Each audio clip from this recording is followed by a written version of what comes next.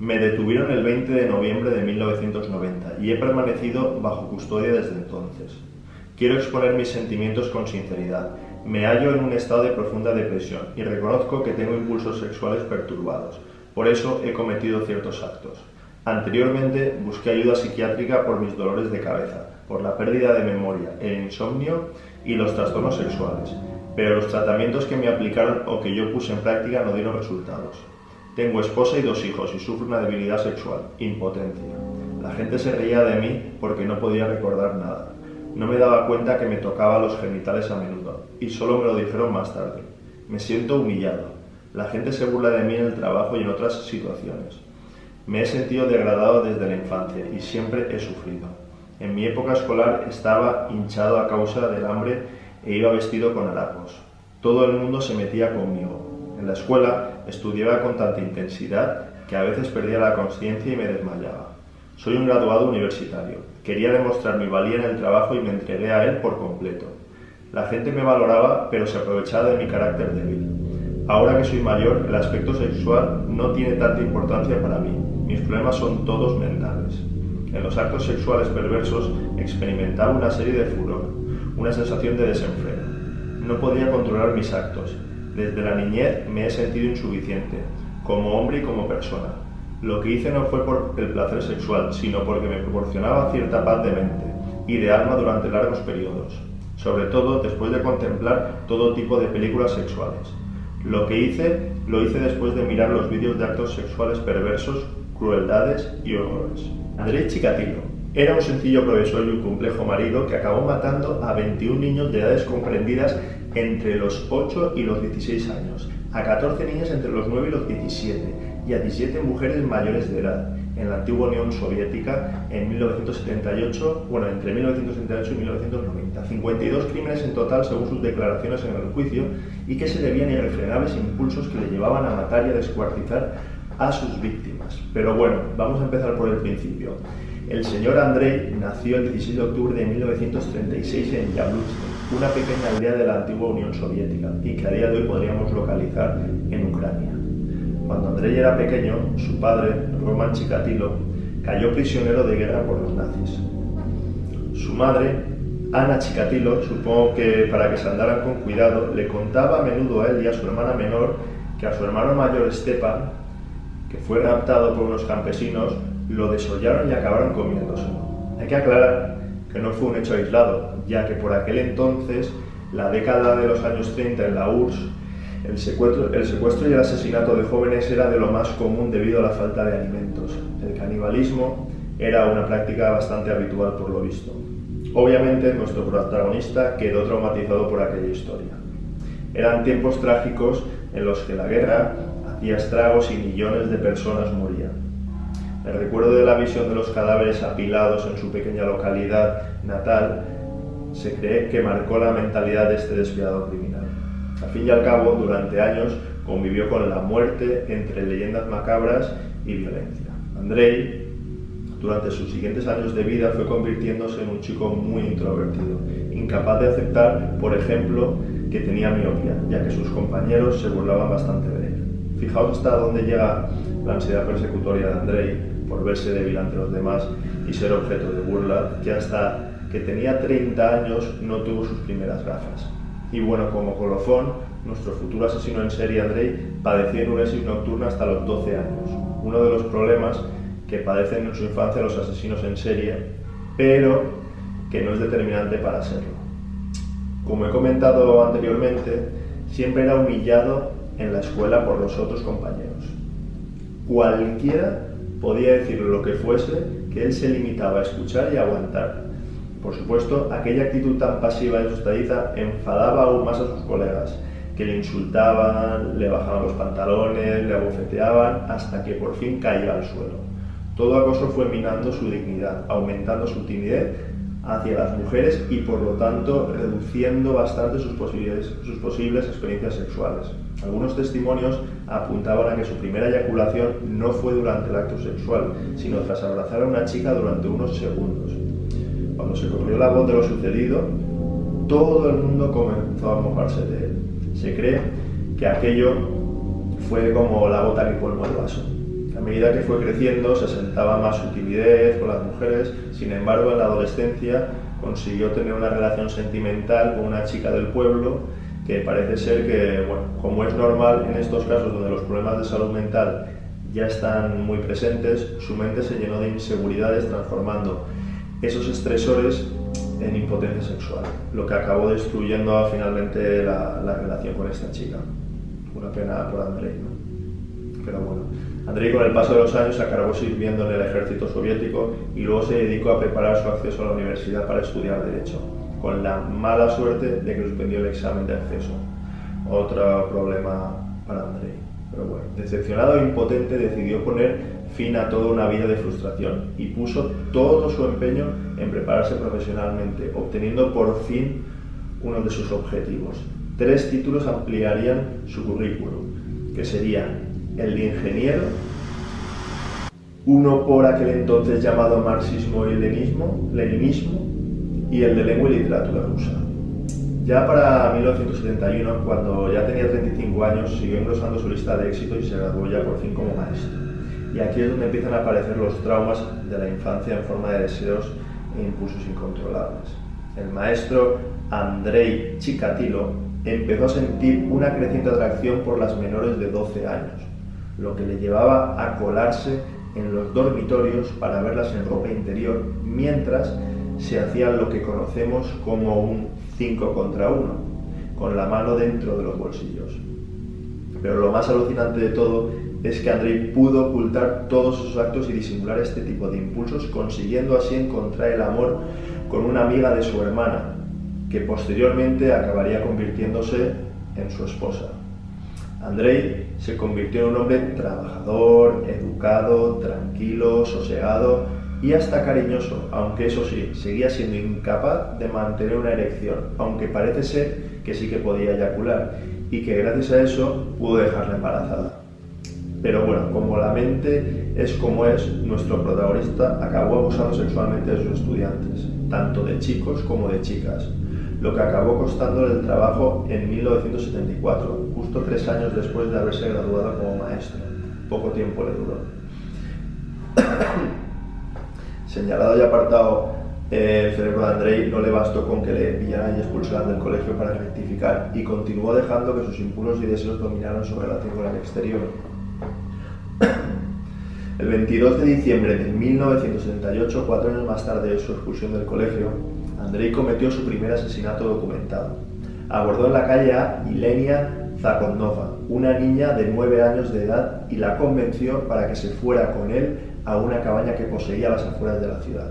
Allí intentó violarla, pero al no poder alcanzar la erección y ver con la única franja de edad con la que se sentía potente que había fracasado, apuñaló a la niña 3 veces en el abdomen, momento en el que volvió a conectar con su potencia y dominación y por fin eyaculó.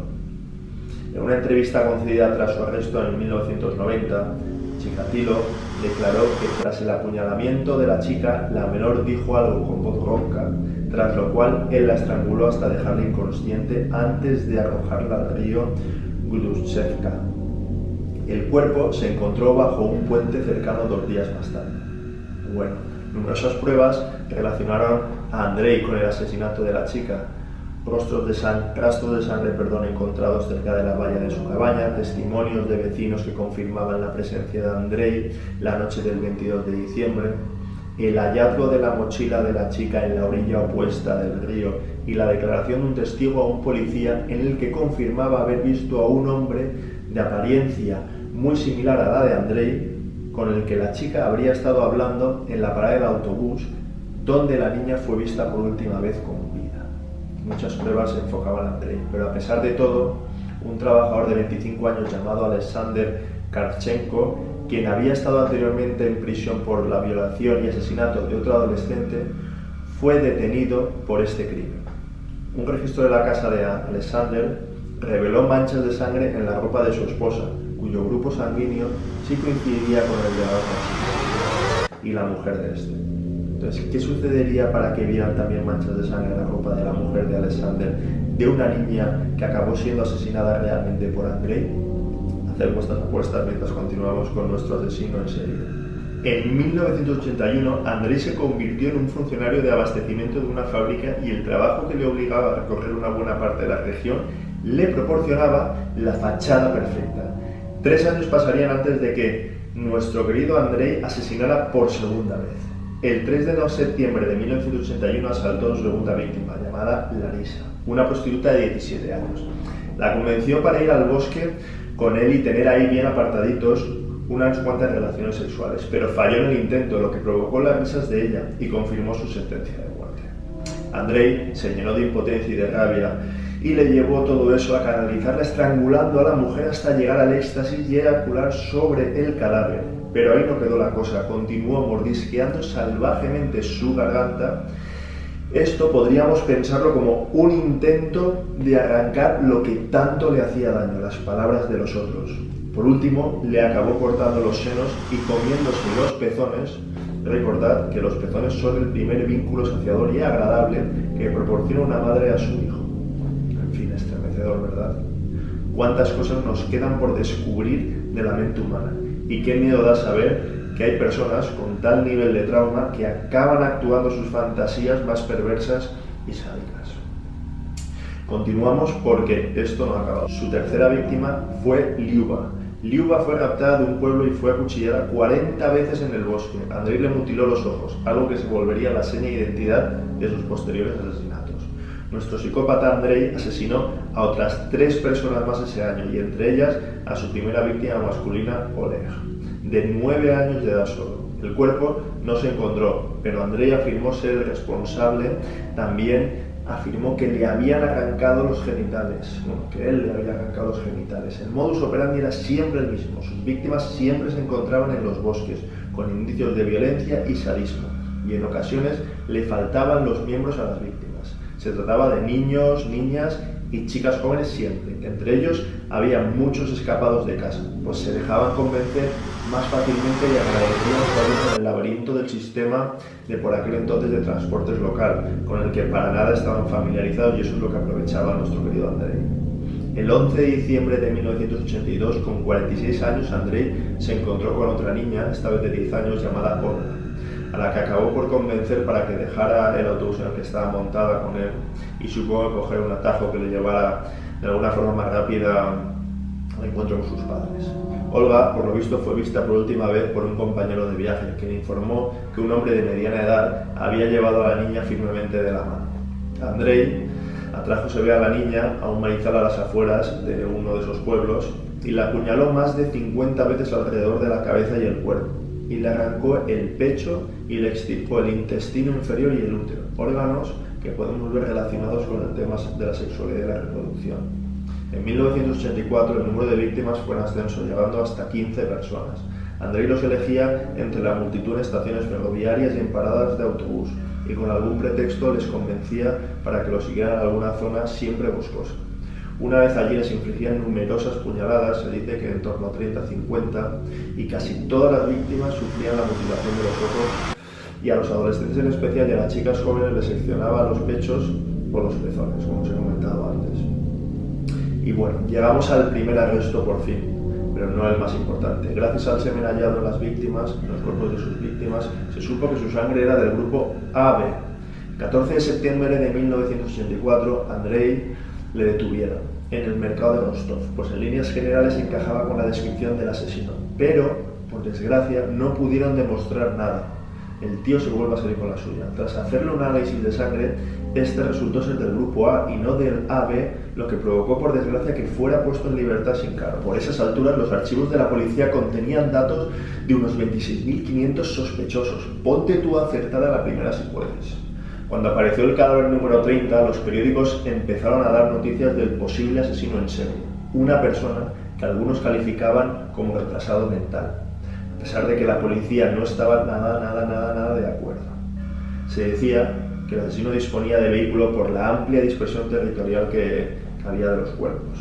Pues tócate las narices. A Andrei se le acusaba de cometer por fin un delito, pero para nuestra sorpresa no es más que el robo de rollo de linóleo de su oficina. El linóleo es un material, por lo visto, utilizado para construir recubrimientos de suelos. No sabemos para qué lo utilizó Andrei, pero seguro que para nada bueno.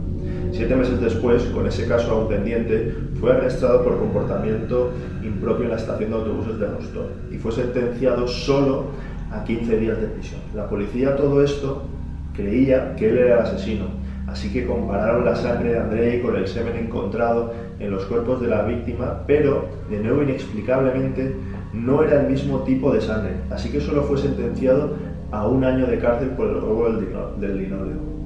Pero el juez, un avispado en esto de detectar asesinos en serie, simpatizó con él y ¿qué hizo? Lo liberó. Así que el 17 de octubre de 1990, después de un descanso entre un asesinato y otro, volvió a matar en un bosque cercano a la estación de Donleshov. Este crimen absorbió a toda la policía local en este caso y a una fuerza antidisturbios de unos 100 hombres.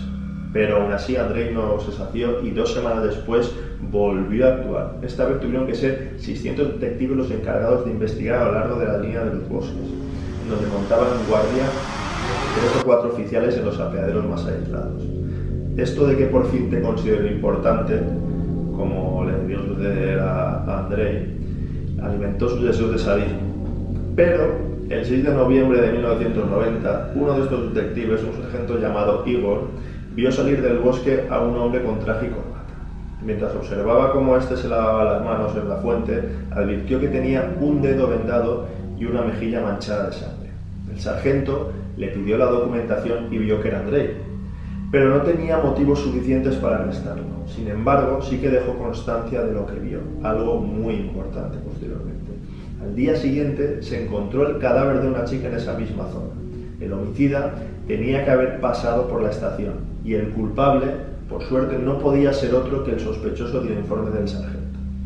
Finalmente lo acabaron arrestando el 20 de noviembre, sospechoso de haber asesinado a 36 víctimas, todos ellos mujeres y niños. Su esperma parece ser, aunque no su sangre, sí que era ave.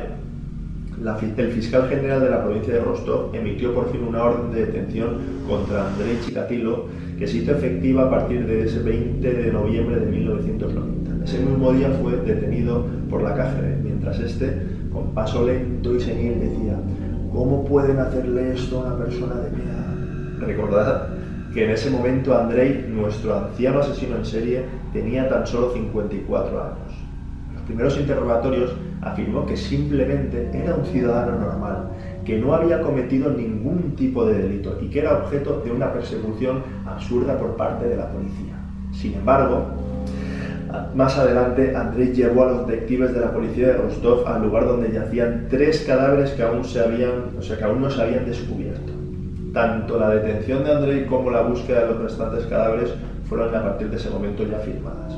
7 días después, por fin prometió que estaba dispuesto a aportar pruebas de sus crímenes si no continuaban con los interrogatorios que le recordaban, por desgracia para él, los detalles de lo que hizo. Y 2 días después se derrumbó ante un psiquiatra quien acabó confesando que cometió 52 asesinatos. Posteriormente, además, en un intento, según dedujo la policía, guió a los investigadores a los distintos lugares con la esperanza de que el número de muertes lo convirtiera en una especie de espécimen de estudio científico, y escribió la declaración firmada del principio del vídeo.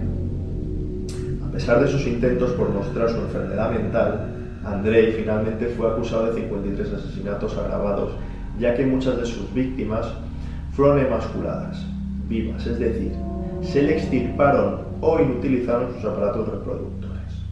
Los psiquiatras del Instituto Serbsky, no obstante, lo veían como un sádico prudente, que no sufría para nada ningún trastorno que pudiera impedirle ver que sus actos estaban mal, que eran actos premeditados.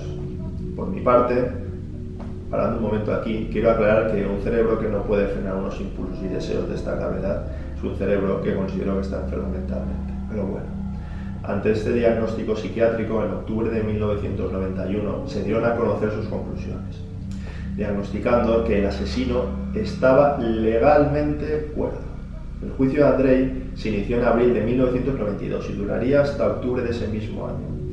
Este, con la cabeza rasurada, presenció su juicio desde un cubículo de metal. ¿Para qué? Para mantenerlo a salvo de los padres de sus víctimas, que estaban todos presentes en la sala de audiencias y llenos, como no, de rabia viendo de frente al asesino de sus hijos. Con todo esto, el primer día, el cerebro de Andrei decidió pasar al acto de nuevo y delitar a todos los fotógrafos imprimiendo una revista porno, para luego mostrarse abatidísimo y acabar quitándose la ropa y meneando su miembro al grito de «¡Fíjense qué inutilidad! ¿Qué piensen que va a hacer con esto?». Los jueces no dudaron ante ello anunciar el veredicto por el que habían optado. El 15 de octubre de 1992 fue sentenciado a la pena de muerte y llevado a una sala aislada de la prisión de Rostov, donde fue ejecutado, como hacían antiguamente, de un tiro en la cabeza, típico procedimiento de la Rusia postsoviética, por lo visto. El 14 de febrero de 1994 fue sepultado en una tumba sin marcar, además. En fin, una historia muy trágica. Aquí el vídeo de hoy. Muchísimas gracias por haberos quedado hasta el final y, por supuesto, salud mental para todos.